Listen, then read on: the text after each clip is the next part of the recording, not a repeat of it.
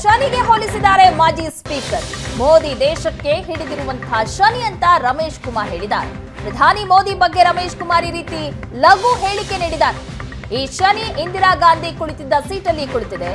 ದೇಶಕ್ಕೆ ಹಿಡಿದಿರುವ ಈ ಶನಿ ಆದಷ್ಟು ಬೇಗ ಹೋಗ್ಲಿ, ಜೂನ್ 4ರ ಫಲಿತಾಂಶಕ್ಕೆ ಕಾಯ್ತಾ ಇದ್ದೀನಿ ಅಂತ ಪ್ರಧಾನಿ ಮೋದಿ ಬಗ್ಗೆ ರಮೇಶ್ ಕುಮಾರ್ ಲಘುವಾದ ಹೇಳಿಕೆ ಕೊಟ್ಟಿದ್ದಾರೆ.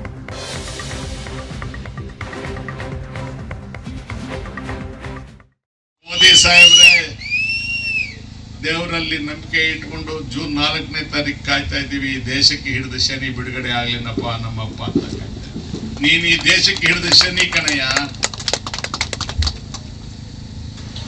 ಇಂದಿರಾ ಗಾಂಧಿಗ ಕೂತಿದ್ದ ಸೀಟಲ್ಲಿ ಬಂದು ಕೂತ್ ಬಿಟ್ಟಲ್ಲಪ್ಪ ನೀನು. ಎಲ್ಲಪ್ಪ ಇಂದಿರಾ ಗಾಂಧಿ?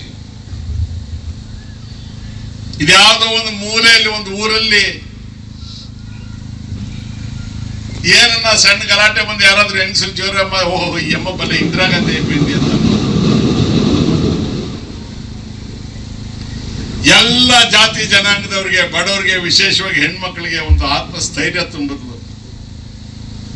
ಇರಕ್ಕೊಂದು ಮನೆ, ಹೊಟ್ಟೆ ತುಂಬ ಊಟ, ಮಕ್ಕಳಿಗೆ ಓದು, ಅವ್ರಿಗೆ ಉದ್ಯೋಗ.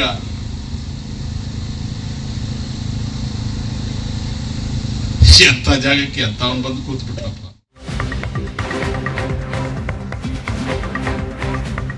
ದೇವೇಗೌಡರ ಬಗ್ಗೆಯೂ ರಮೇಶ್ ಕುಮಾರ್ ವ್ಯಂಗ್ಯವಾಗಿ ಮಾತಾಡಿದ್ದಾರೆ. ರೈತನ ಮಗ ಎಂದು ಪ್ರಧಾನಿ ಮಾಡಿದ್ವಿ, ಮಗನನ್ನ ಸಿಎಂ ಮಾಡಿದ್ವಿ. ಆದ್ರೆ ಇಬ್ರು ಸೇರಿದ್ದು ಬಿಜೆಪಿ ಜೊತೆಗೆ. ಸಿಕ್ಕಿದ್ದು 3 ಸೀಟಲ್ಲಿ ಒಂದು ಮಗನಿಗೆ, ಇನ್ನೊಂದು ಮೊಮ್ಮಗನಿಗೆ. ಅಳಿಯನನ್ನ ನಿಮ್ಮ ಲೆಕ್ಕದಲ್ಲಿ ಕೊಡಿ ಅಂತ ಬಿಜೆಪಿ ಕಳುಹಿಸಿದ್ರು. ಇವರ ಹಣೆ ಬರಹಕ್ಕೆ ಅವ್ರ ಹತ್ರ ಹೋಗಿ ಸಲಾಂ ಹೊಡಿತಾ ಇದ್ದಾರೆ ಅಂತ ದೇವೇಗೌಡರ ಬಗ್ಗೆಯೂ ಸಹ ರಮೇಶ್ ಕುಮಾರ್ ವ್ಯಂಗ್ಯವಾಗಿ ಮಾತಾಡಿದ್ದಾರೆ.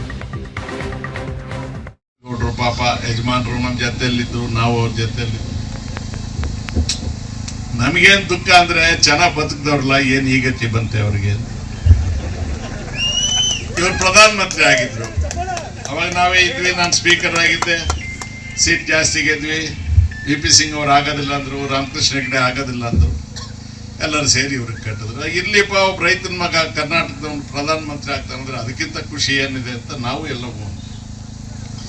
ಪ್ರಧಾನ ಮಂತ್ರಿ ಅಂದ್ರೆ ಪ್ರಧಾನ ಮಂತ್ರಿನೇ ತಾನೆ. ಆತ್ಮ ಮಗನ ಚೀಫ್ ಮಿನಿಸ್ಟರ್, ತಂದೆ ಪ್ರಧಾನ ಮಂತ್ರಿ, ಮಗ ಮುಖ್ಯಮಂತ್ರಿ. ಸೇರಿದ್ದು ಯಾರ ಜೊತೆಗೆ? ಬಿಜೆಪಿ ಜೊತೆಗೆ. ಟೋಟಲ್ ಸೀಟ್ ಎಷ್ಟು ಕರ್ನಾಟಕದಲ್ಲಿ ಪಾರ್ಲಿಮೆಂಟ್ಗೆ? 28. 20 ಸೀಟ್ರಲ್ಲಿ ಇವ್ರು ತಗೊಂಡಿದ್ದೆಷ್ಟು?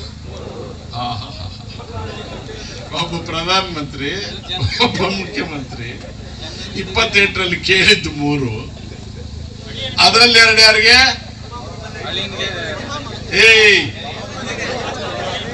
ಮಗನಿಗೊಂದು, ಮೊಮ್ಮಗನಿಗೊಂದು. ಅಳಿಗನಿಗೆ ಕೇಳಿದ್ರು ಅವರೇ ಇಲ್ಲ ಓವರ್ಲೋಡ್ ಆಗಿದೆ, ಬಸ್ ಜಾಸ್ತಿ ಕೊಡಕ್ಕಾಗಲ್ಲ ಅಂದ್ರೆ, ಹಂಗಾದ್ರೆ ನಿಮ್ ಲೆಕ್ಕದಲ್ಲಿ ಕೊಡಿ ಅಂತ ಅಲ್ಲಿ ಕಳಿಸಿ.